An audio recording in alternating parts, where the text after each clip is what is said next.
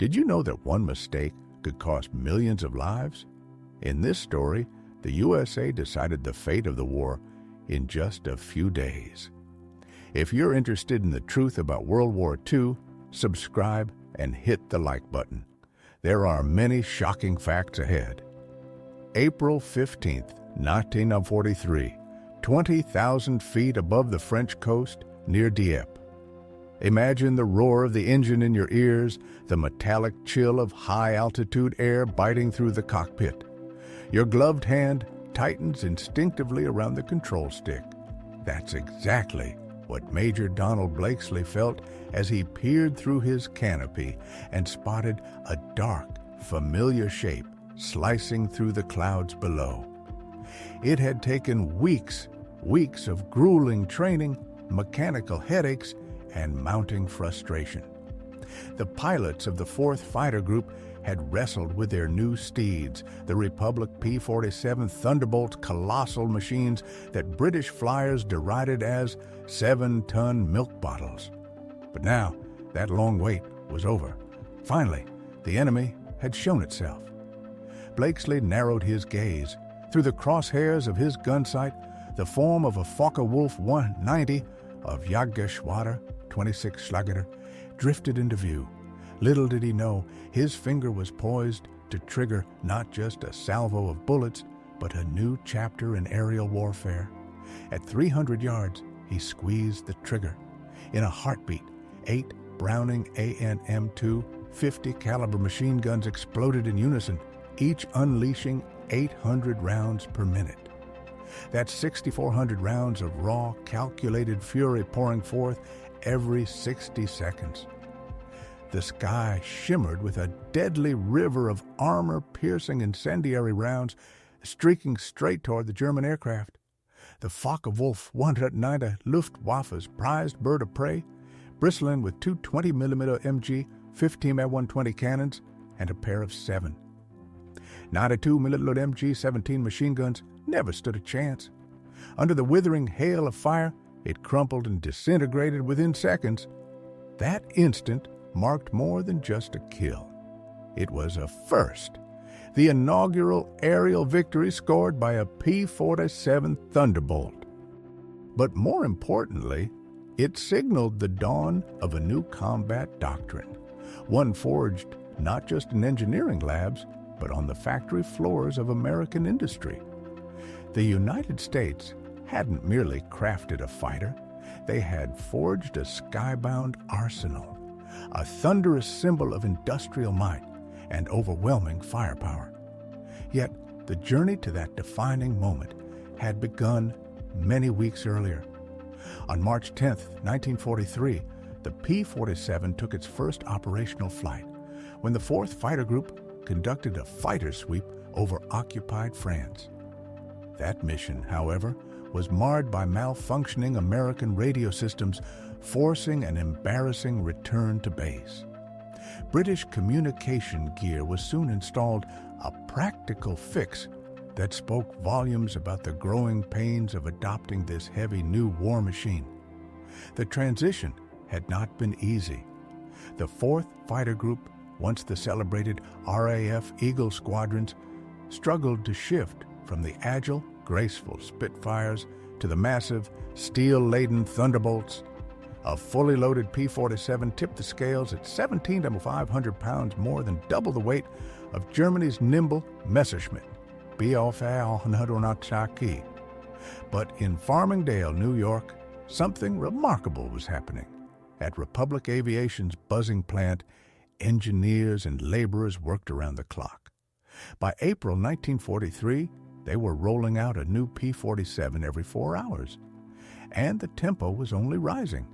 The mind behind the monster was Alexander Kartveli, a Georgian émigré with a vision that defied European design logic.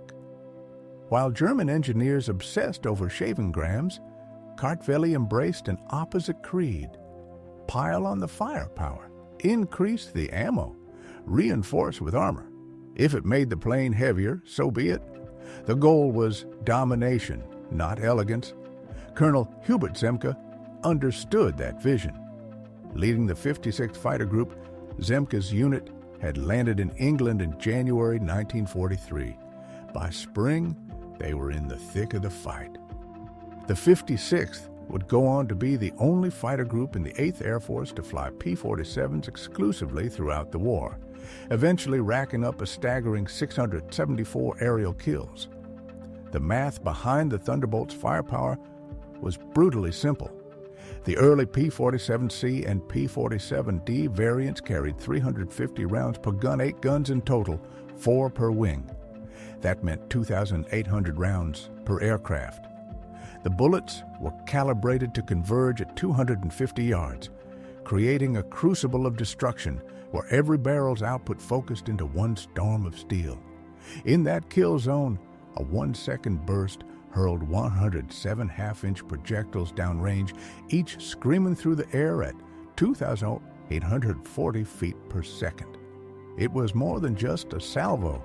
It was a lightning strike. At first, the Luftwaffe scoffed. Their intelligence dismissed reports of a single-engine fighter boasting 8 heavy machine guns.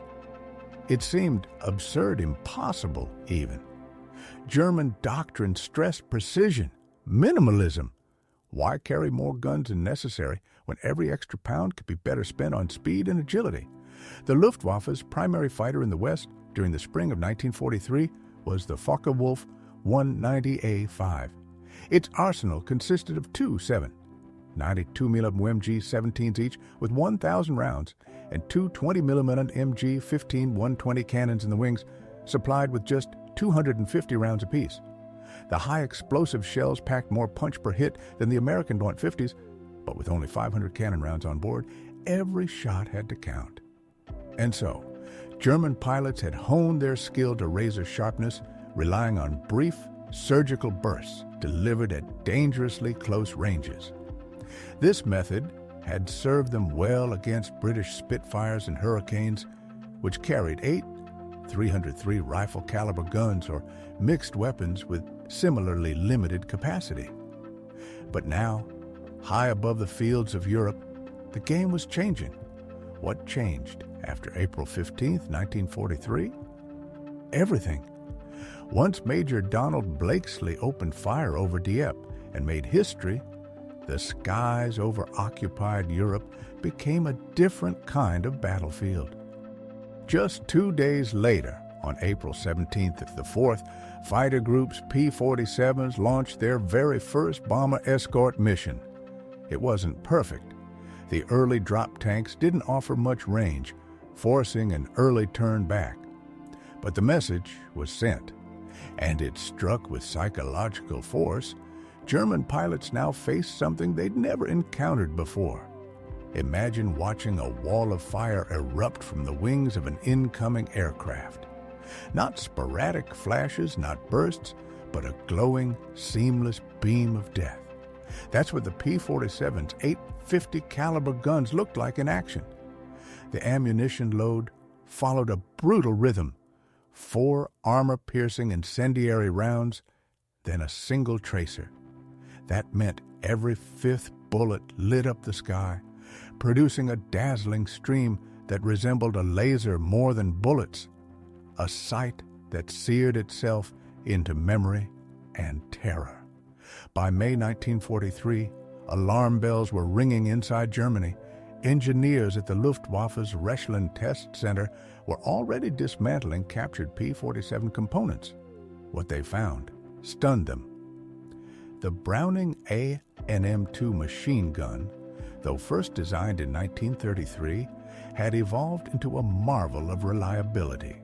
Its parts weren't just replaceable, they were interchangeable across all guns. No need for hand-fitting or custom adjustments. It was mass production mastery that German industry simply couldn't replicate. Even the ammunition belts told a different story.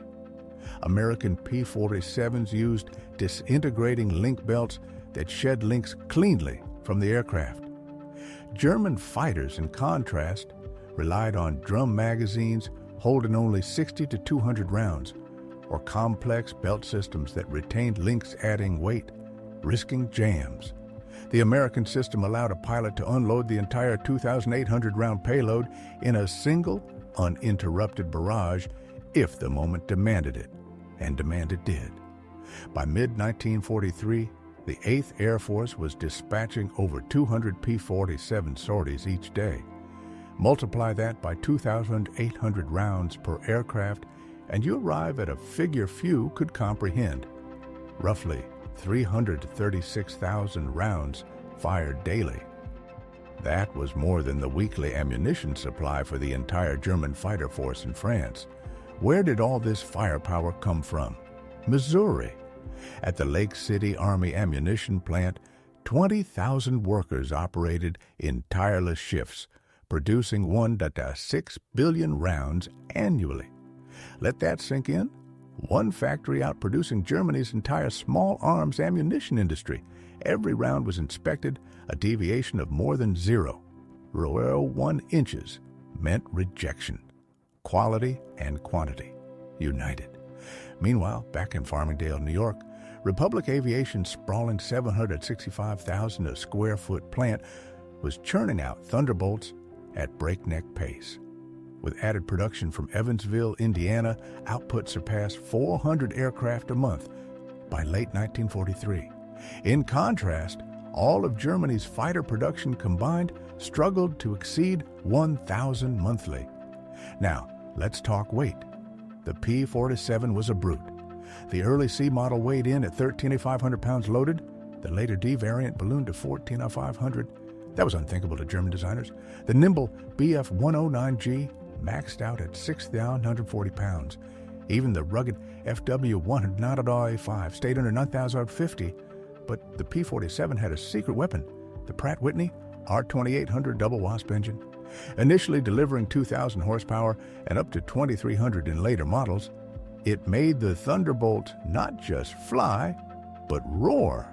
Its power-to-weight ratio held its own. And that weight provided more than brute force. It gave stability, allowing pilots to wield their 8 guns with precision. It absorbed damage like no other. And thanks to the General Electric turbo supercharger, an 845-pound engineering masterpiece, the P-47 maintained full engine performance up to 30,000 feet, altitudes where the Luftwaffe's BMW 801 engines gasped for power above 20,000. The impact? Immediate. Traditional Luftwaffe tactics, dive, fire, escape, became suicidal against the P-47. American fighters didn't need the perfect angle. They created kill zones, invisible curtains of steel through which no German fighter could pass unscathed. Luftwaffe squadrons quickly adapted, trying to exploit the FW-190's superior low-altitude maneuverability. But to get low, German pilots had to dive straight through the Thunderbolt's withering fire. P-47 pilots used their altitude advantage ruthlessly, driving enemies down into vulnerable airspace. The contrast in combat philosophy couldn't have been clearer. German pilots went to war with 60 to 90 seconds of total firing time. Their American counterparts brought 30 to 35 seconds of uninterrupted heavy fire delivered with near-industrial consistency. Then came August 17, 1943, the Schweinfurt-Regensburg mission. The P-47s demonstrated their might, obliterating German interceptors within escort range. The 56th Fighter Group alone claimed 17 kills without a single loss. But range remained a cruel limit. Even with 75-gallon drop tanks, Thunderbolts could only escort bombers about 375 miles from base. The Luftwaffe exploited this precisely. Their fighters held back, waiting patiently for P-47s to peel off, and then descended on the exposed B-17 formations. 60 bombers were lost that day, but within the Thunderbolt's reach, bomber losses were nearly non-existent. The answer was clear. Extend the range. First came the 108-gallon drop tanks, then the 150-gallon versions. Each leap pushed the escort envelope farther, 425 miles by October 1943. German pilots now had to fly longer, wait longer, and burn more fuel before even reaching their prey. And behind every mile flown, every bullet fired was a logistics miracle.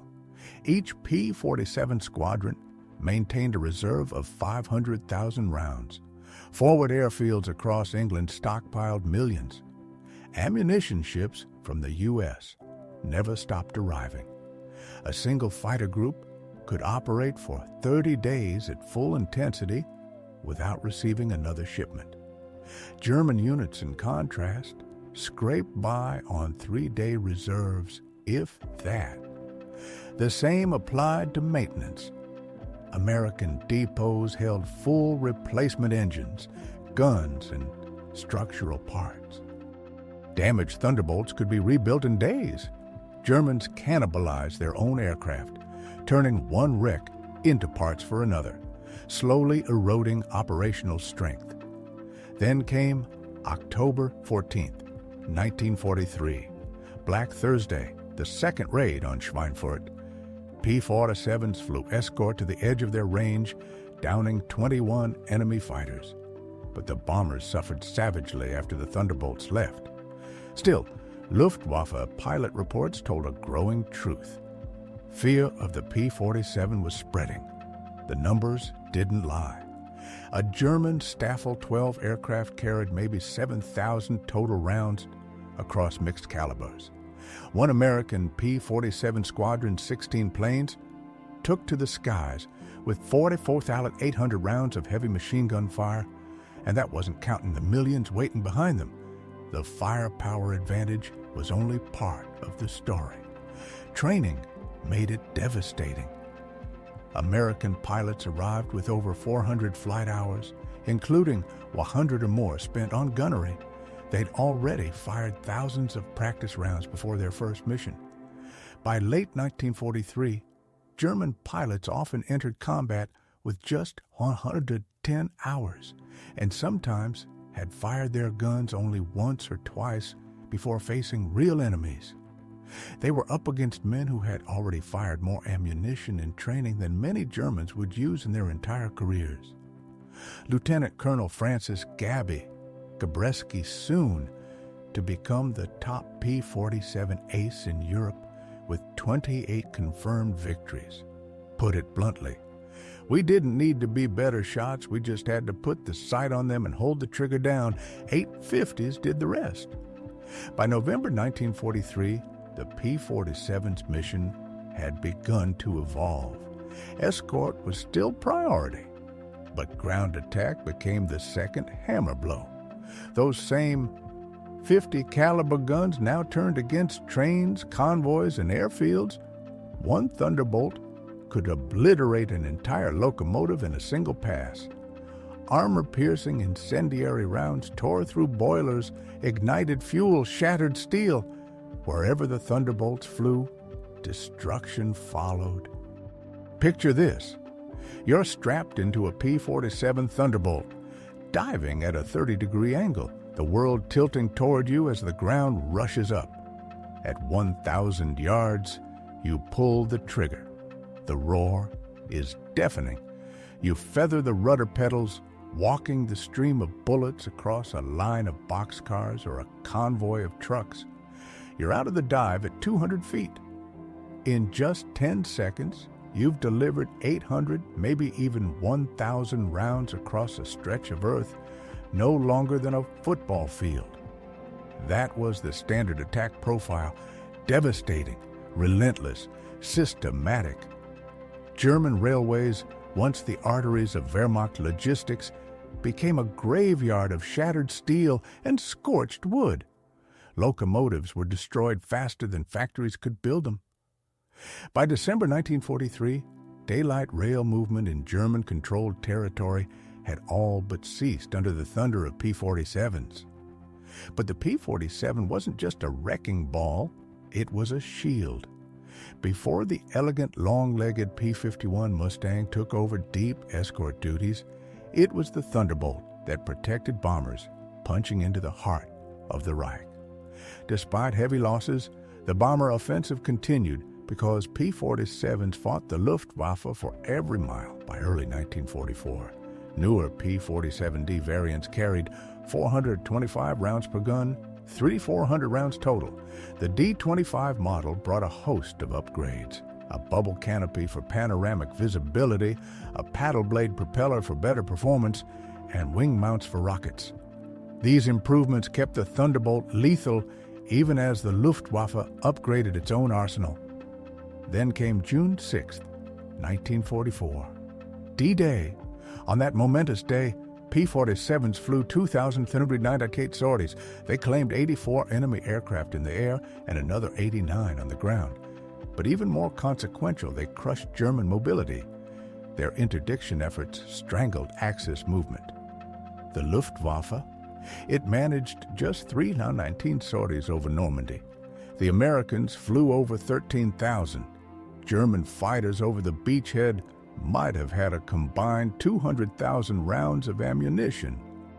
American aircraft carried millions and had an uninterrupted supply line. Thunderbolts turned the battlefield into a kill zone. Anything that moved was a target. Columns of vehicles became infernos in seconds, and as they dove, the P-47s produced a high-pitched whistle air screaming through gun ports and cooling ducts, a sound that soon became a signal of impending annihilation. And yet, the German war machine fought on. By late 1944, German fighter production hit its peak, 25,000 aircraft annually. But without fuel, with few trained pilots, and with Allied numerical superiority skyrocketing, most of these planes never saw combat. Those that did faced odds of 10 to 1. Even the revolutionary Messerschmitt Me 262 jet, with its blistering speed, couldn't shift the balance. Armed with 4 30mm Mk-108 cannons each, with just 80 to 100 rounds, the Me 262 was deadly to bombers, but too slow-firing and imprecise for dogfights. Velocity was high, muzzle velocity low. It was a scalpel in a chainsaw fight. And the chainsaw? That was the P-47. The Pacific saw the debut of the P-47N, a long-range beast with 550 gallons of internal fuel. A single-seat fighter that carried more fuel than most German medium bombers. This wasn't just technological evolution, it was industrial transcendence. In the end, 683 P-47s were built. At peak, over 400 rolled off the lines each month. The Focke-Wulf 190, about 20,000 total across all variants from 1941 to 1945, only 13,000 configured as fighters. And not all of them carried full armament. Shortages grew so dire that by 1945, some FW-190s flew with just 2 cannons instead of 4, simply to conserve ammunition. Meanwhile, Republic aviation expanded to more than 1 million square feet of production space. Germany's facilities? Bombed repeatedly. Scattered to avoid destruction, they lost the efficiency the U.S. possessed. Numbers don't lie. Lake City Army Ammunition Plant produced 6 billion 50 caliber rounds annually.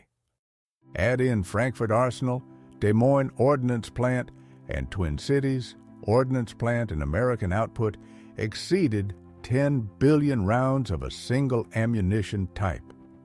German total aircraft ammunition production? About 4 billion rounds, all calibers included. Yes, America produced more 50 caliber rounds alone than Germany did of all types combined, and the quality? Meticulous. American ammo passed through multiple inspections, with rejection rates between 2 and 3%.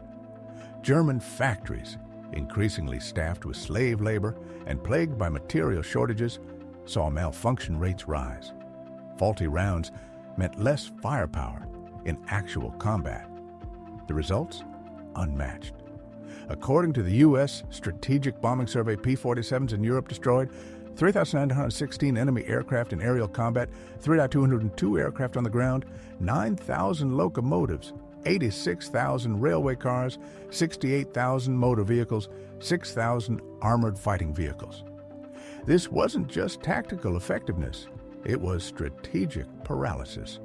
P-47s didn't just shoot down planes, they broke the enemy's backbone. The Wehrmacht lost its ability to move, resupply, and reinforce, and the Luftwaffe, powerless to stop it. American air power owned the skies. Free fire zones emerged where American pilots could strike at will. They flew tour rotations, first 25 missions, then 35, then 50, before returning home to pass on their hard-earned knowledge. German pilots fought until they were dead, captured, or too wounded to continue. By late 1944, most Luftwaffe flyers were green. The Americans they faced were seasoned hunters. The experience gap widened with every week. U.S. training programs immediately integrated lessons from the front. German instruction, battered by fuel shortages and desperate timelines, couldn't keep up. But firepower alone doesn't win wars. Technology sharpens the sword. The P-47's turbo supercharger ensured full power at high altitude. Its R-2800 engine was a model of reliability, needing overhaul only after 400 hours. Late in the war, the K-14 gyroscopic gunsight changed the game computing deflection automatically. All a pilot had to do was frame the target and shoot. German fighters used manual reflector sights, guessing lead on the fly. American .50 caliber guns were equipped with heating systems to prevent freezing at altitude. They worked flawlessly at 40,000 feet in 60 F conditions. German wing-mounted weapons often froze above 25,000 feet, turning gunfights into death traps. And when it came to maintenance, America had no rival. P-47 units maintained full engine sets, guns, and parts for every plane. A damaged aircraft could be stripped, rebuilt, and flying again in days, sometimes overnight. German units, plagued by shortages, cannibalized their own planes just to keep a few flying. By late 1944, Luftwaffe serviceability fell below 50. P-47 squadrons consistently kept 85 of aircraft combat ready. What powered the Thunderbolt wasn't just high-octane fuel, it was a philosophy, a system, a civilization. On the American side, crew chiefs were more than mechanics. They were technicians, specialists, engineers in uniform. Their training was deep, their expertise meticulous. In contrast, German ground crews, hollowed out by conscription and desperate need, were increasingly replaced by foreign laborers and Hitler Youth, with little more than cursory instruction. While the P-47 guzzled 100 to 130 octane aviation fuel, enabling higher manifold pressure and raw horsepower, German fighters were forced to rely on synthetic fuel extracted from coal. It burned inconsistently, robbed engines of potential, and made reliability a gamble. By late 1944, German fighters received 30 to 50 gallons per sortie if any fuel was available at all. The Thunderbolt? It cruised with 370 gallons internally, plus external tanks that extended range dramatically. American pilots flew multiple missions per day. German pilots hesitated to bank too hard, knowing every maneuver cost precious fuel they might need to get home. Now ask yourself, how do you fight a war when even turning costs you a chance at survival? The P-47 wasn't perfect, but it didn't need to be. It embodied a uniquely American approach to war, sufficient quality in overwhelming quantity. While German engineers pursued precision through perfection, Alexander Kartveli and his team focused on producibility. Thunderbolts could be manufactured faster, cheaper, even though they were more complex because standardization and mass production weren't afterthoughts. They were the design. This philosophy spread across the arsenal. The .50 caliber rounds that tore from P-47 wings also armed bombers, tanks, jeeps, and naval ships. One bullet, one supply line, infinite application. Where German factories juggled dozens of calibers, the United States perfected a single hammer and wielded it everywhere. Germany tried to match that force. The WWII-8, introduced in February 1944, added underwing gun pods with extra cannons. But with added firepower came drag and weight, crippling the aircraft's performance.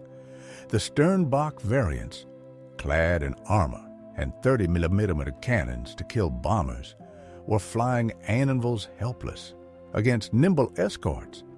The real issue wasn't tactical. It was existential. Germany couldn't fight a two-front war and build fast enough to keep up. Every effort to close the gap only accelerated the collapse. And above all else, there was fear. The whistle of a diving P-47 became a weapon of its own. It wasn't just noise, it was psychological warfare. German soldiers reported anxiety so persistent that even the sound of any aircraft overhead sent them scrambling for cover. American pilots sensed this shift. They flew with confidence, empowered by a bottomless well of fuel, ammunition, and spare parts. German pilots flew with dread, conscious that each fight might be their last and, perhaps worse, that it might be futile. The numbers confirmed the reality. In over 746,000 sorties, the P-47 achieved a kill ratio of 4, 6-1. Just 3 499 Thunderbolts were lost to all causes, a loss rate of less than 0, 5 per sortie. By contrast, Luftwaffe fighter units were suffering 50 monthly casualties by late 1944. The 56th Fighter Group, which flew P-47s exclusively, became the highest-scoring American fighter group in Europe, with 674 aerial victories to its name. What others called a heavy brute, the 56th transformed into a precision war machine. Its pilots proved that raw power, durability, and skill could overcome any perceived limitation.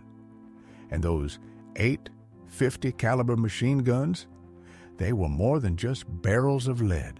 They were the expression of a nation's will, its factories, its supply lines, its people. Each gun required refined metallurgy, calibrated machinery, exact tolerances.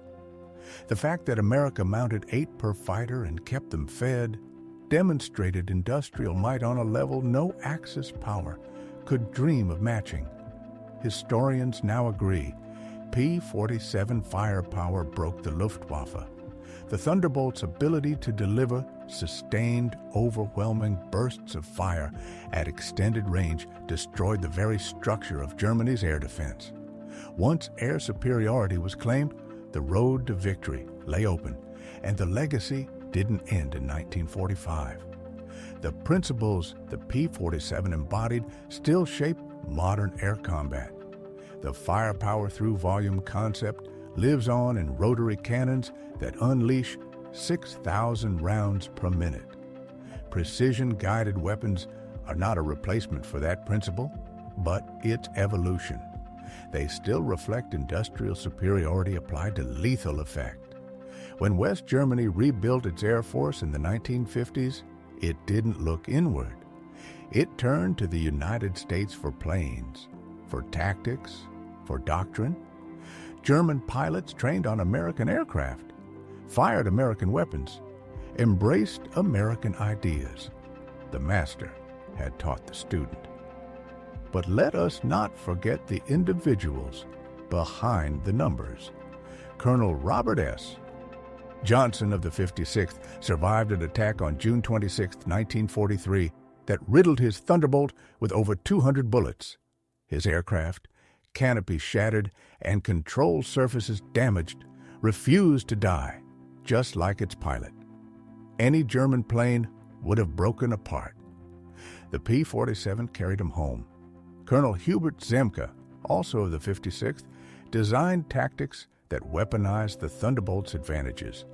His Zemka fan scattered formations wide, establishing interlocking fields of fire that German fighters simply couldn't breach. Under his command, the 56th achieved dominance without ever abandoning the P-47. Even German voices confirmed the transformation.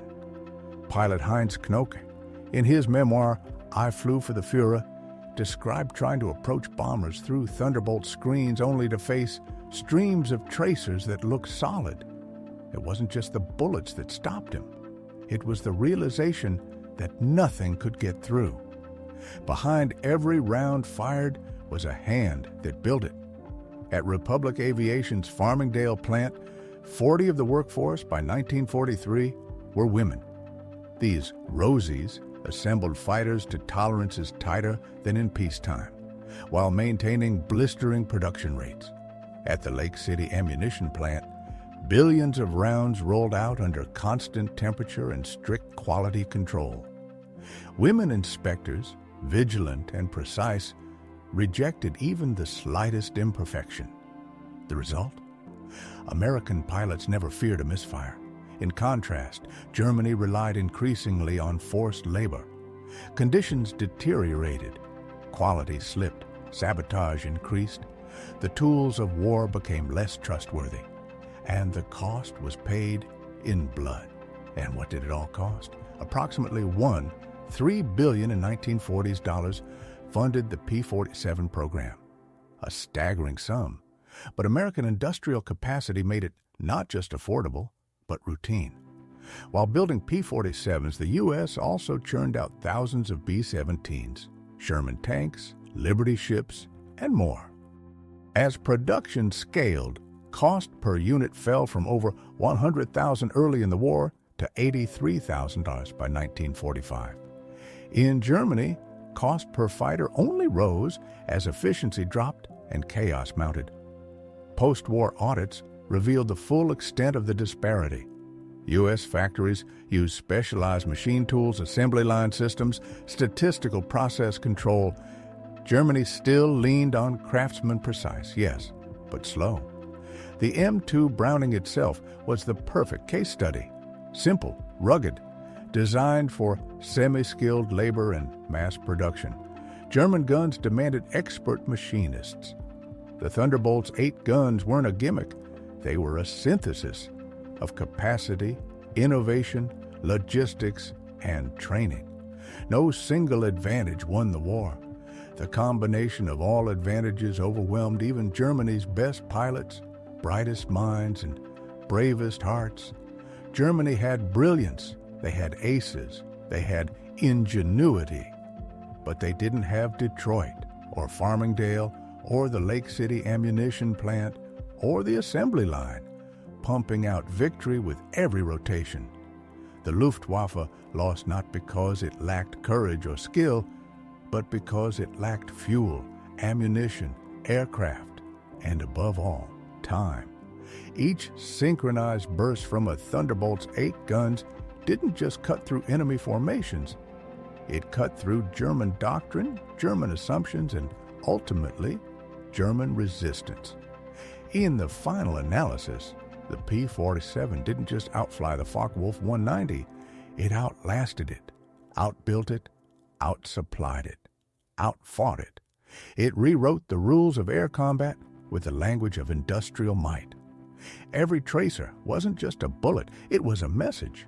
We can do this forever. The Thunderbolt's roar became the drumbeat of American victory. Its guns sang the anthem of a nation that had turned factories into fortresses, and its legacy soars on in every afterburner, every strike package, every combat sortie that still echoes the lessons learned when Germany first encountered 8 synchronized Brownings and watched their old world vanish in smoke and steel.